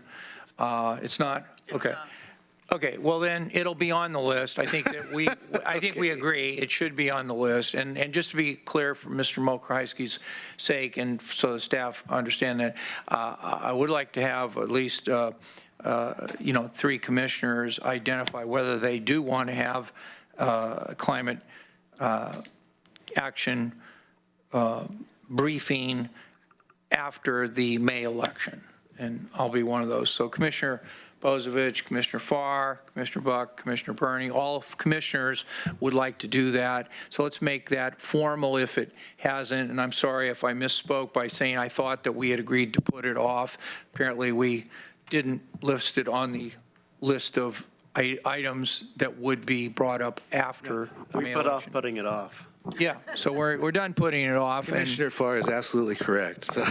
So I'm glad that we have unanimity on that, so that'll be done. And I believe that Mr. Hurley's working on that right now. I could be wrong, but Right, that was it's just to be clear, and I'm getting a note from Ms. Jones that on May 21st, we have a presentation that what you had requested was a report back. I think the first step, when we go back to the January 30th work session on the strategic plan, I think what you requested was, can we have a update from staff on what the county is currently doing? So that's the presentation that, I think what you're asking for here is maybe an extension of that, a discussion that would potentially further the creation of a climate action plan. It's my understanding, we'll be reporting back to you on the 21st around what is Lane County doing currently to to invest in energy efficiency and reduce our climate footprint. Yeah. I'm sorry to make this as clear as mud. But that is correct. What has occurred was a request for Lane County staff to report to us on our carbon footprint. And when it was established that we really don't know what that was, then we agreed they would report back to us on what the county is doing as it relates to mitigating that. That is correct. This is a separate request. And this request is very simply, as we've already voted, to have a work session on a Lane County Climate Action Plan, and that will be informed by the report that you're discussing. I hope I've clarified that. And my second request, and then I'm done, is I want to reiterate a request I've made verbally several times, and and it may be in process, Steve, and if it is, I apologize again, but and it relates to the budget hearings we're about to have. But again, I would like to see, as soon as is feasible, a list, and I'm looking at the list, the LCOG report, which started with discussing that we pay $81,532 annually to belong to LCOG. And I'm, again, reiterating a request to look at all of the organizations that Lane County is a member of and pays dues on, what those dues are, the objectives or services of those organizations, and the benefits that accrue as a result of our membership to Lane County. So I'm just repeating a request. Thank you, I'm through. Let's make sure we have 3 head nods for that latter item. I would certainly be one. Anything, okay, Commissioner Farr and Commissioner Actually, Buck. was gathered recently Yeah. internally, because I think you guys went through looking staff-wise at all the organizations we paid dues to. This request is a little bit broader. It's a little because broader. it gets into- It's not just membership and dues, it's the benefits of or the mission of those organizations. So I think we can take some of the information that's already been developed and expand that. But that has been the plan to bring that forward. That'd be good.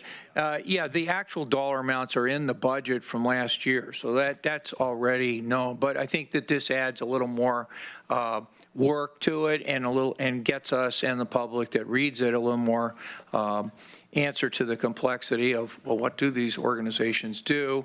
And let's assume that there are more than 3 commissioners that want that. Yes, Commissioner. So I'm giving my assent to that assignment also, but I just want to mention that the look went beyond just the organizations that we are paying dues to, sort of as a county, is not only what are we paying dues to on behalf of employees that have associations that also lobby Salem and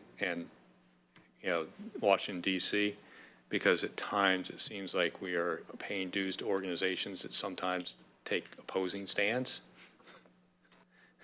And we were trying to get a handle on how many different organizations we actually pay dues to that are involved in lobbying, and understanding that a lot of those relationships and just how much we were actually spending on that. And I think that was actually almost a statewide effort by county administrators to take a look at that, because there was some issues where, say, the Sheriff's Association, the DA's Association were on one side of an issue, and the assessors and the community corrections directors were on another, and those, and how do we pick between those, and are we financially supporting organizations to fight with each other and all that? So I agree, I think there's a little bit deeper dive than just what we showed maybe necessarily in the budget beyond that. So I really appreciate kind of looking into that issue.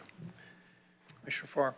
Thank you, Mr. Chair. You know, Pete, I want to compliment you. This interaction that we've had right now, we had a little bit of spare time. We're not up against a deadline. We're not hustling to get out of here to go to lunch. It's been one of the most interactive and enjoyable Board of County Commissioners meetings I've had because we've had a little bit of time.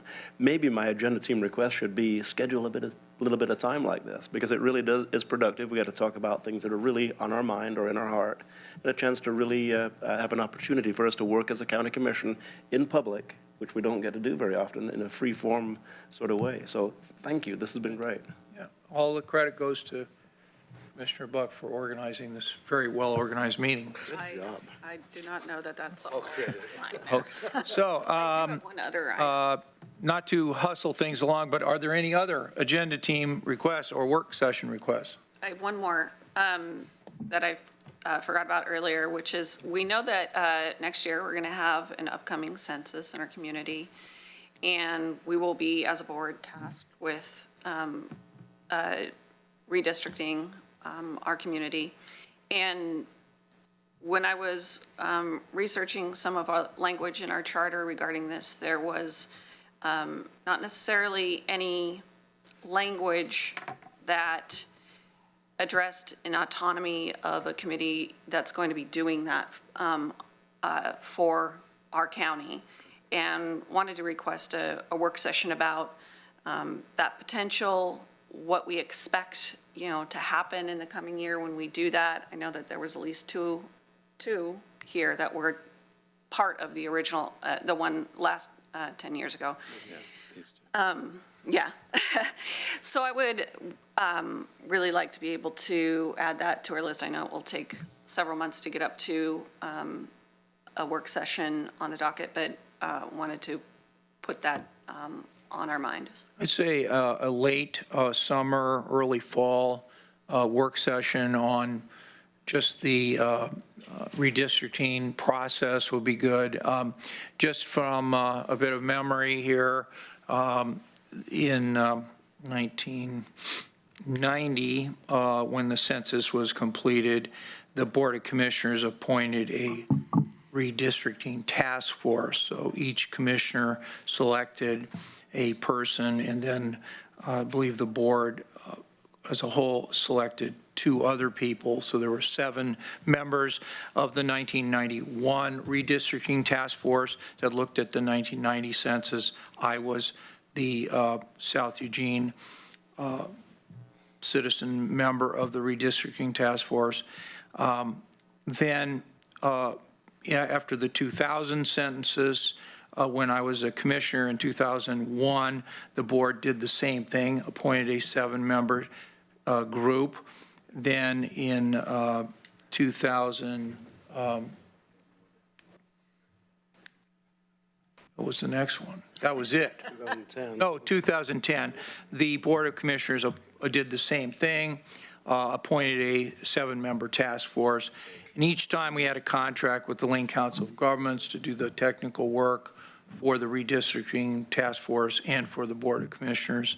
We're not required, I don't believe, to do all of those things, but most of those things. And so I think that it'd be great to have legal counsel and county administration just give us an update, and that'll be very beneficial to the public as well to learn how this all happens. The census date, I believe, is actually July 1, 2021. So the actual census date is 2021, but the 2020, but the actual information isn't turned over to us until January of 2021. And our redistricting typically has to be done by October or September of that odd-numbered year, in this instance, 2021. So that's the timeline. I hardly agree with the request. I always like to point out how districts can be messed around with. And a classic example is the citizens who live in Shed are in the same district, the same state representative district as the citizens who live at 19th and Agate in the University of Oregon district. So SHED goes all the way around the metropolitan area, grabs Mackenzie Bridge, comes around, and the University of Oregon, all in the same district. What the heck?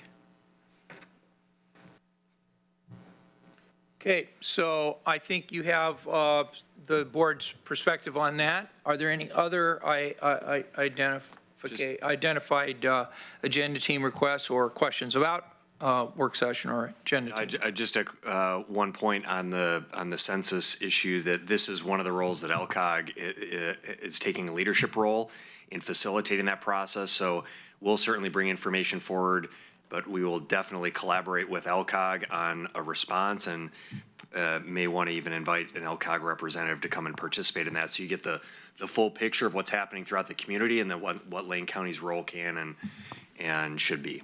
Okay, good.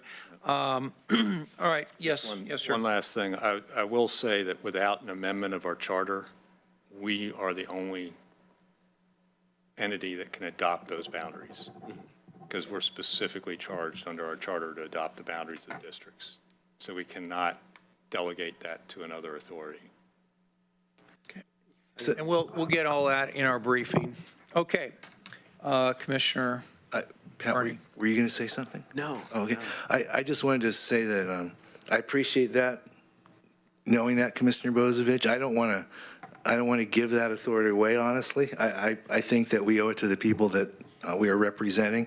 But the process, I'm looking forward to. I'm looking forward to a process where the public will be more knowledgeable and engaged in what our final decision is. So thank you, Mr. Mokrahysky, and thank you, Mr. Chair. Okay, are we ready to recess? And we're actually recessing, aren't we, Mr. Mokrahysky, till 1:30? We're not really having a board meeting at noon, so we would be recessing until 1:30, and then Judge Vogt is conducting the administration of the oath of office to the new sheriff at noon. We're not really in a board meeting, but the board commissioners are going to be, if they wish, attending. Okay, so any other items commissioners want to bring to my attention before we recess to 1:30? Okay, so at this time, the Lane County Board of Commissioners will be in recess until 1:30 p.m., where we will commence our public comment and our work session this afternoon on local access roads for Collard Lake and Green Creek Road Bridge.